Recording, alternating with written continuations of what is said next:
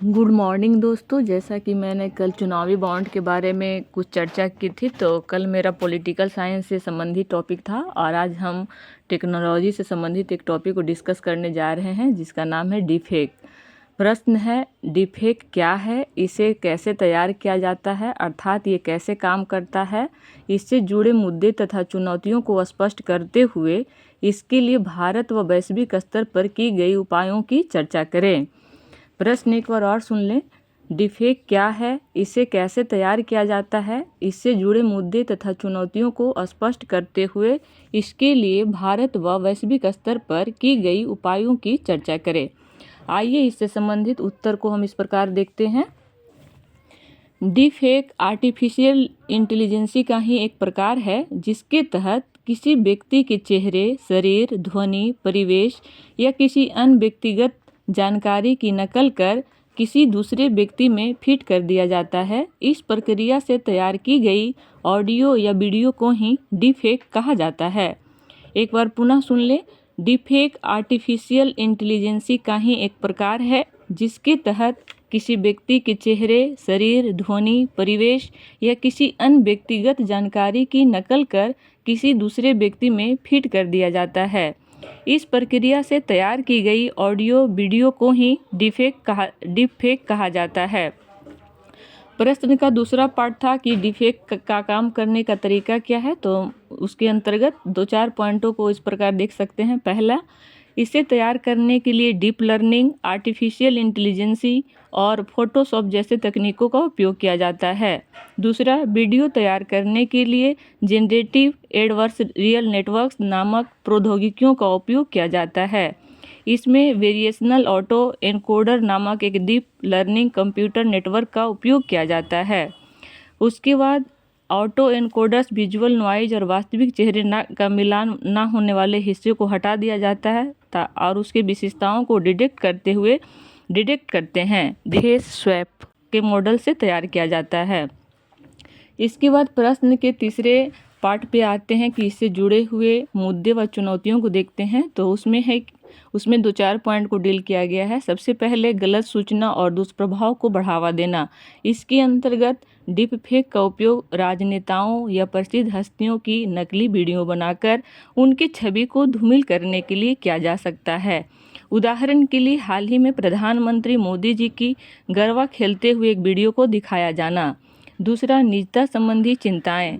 निजता संबंधी चिंताएं डीफेक के माध्यम से व्यक्ति के बिना सहमति से दुष्प्रचारक कंटेंट का उपयोग करना, जिससे व्यक्ति की व्यक्तिगत डेटा और निजता का अधिकार का उल्लंघन होता है। तीसरा पॉइंट, विनियमन का अभाव।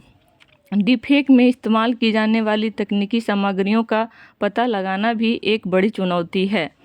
उसके बाद, डीफेक संबंधी कानूनी परिभाषा का अभाव होना, जिससे अपराधी भयमुक्त होकर इस तरह की गतिविधियों को अंजाम देने से नहीं घबराते हैं।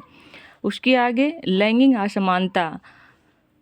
प्रतिशोधी पोर्न वीडियो तथा उत्पीड़ित अन्य अपराधों में सर्वाधिक महिलाओं को निशाना बनाया जा रहा है। इससे लैंगिक असमानता को बढ़ावा मिल रहा है और इस प्रकार महिलाओं को ऑनलाइन स्पेस भी सिमटता हुआ दिखाई दे रहा है। उपरोक्त चुनौतियों को मद्देनजर सरकार द्वारा हाल ही में कुछ सूचनाएं दी गई है, जैसे गलत सूचना और डीफेक की पहचान करने के लिए सोशल मीडिया मध्यस्थों को एक एडवाइजरी जारी की गई है तथा अन्य उपाय भी किए गए हैं जो इस प्रकार है। पहला, सूचना प्रौद्योगिकी अधिनियम 2000 की धारा 66(e) के तहत किसी व्यक्ति की छवियों की मास मीडिया में कैप्चर करना, प्रकाशित करना या प्रसारित करना आर्टिकल 21 के तहत निजता का उल्लंघन करता है।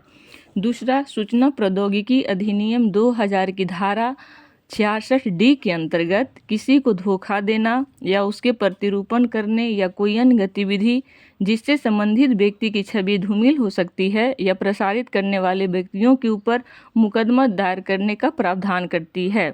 भारतीय कॉपीराइट अधिनियम 1957 इसके तहत कॉपीराइट के उल्लंघन करने के लिए दंड का प्रावधान करती है।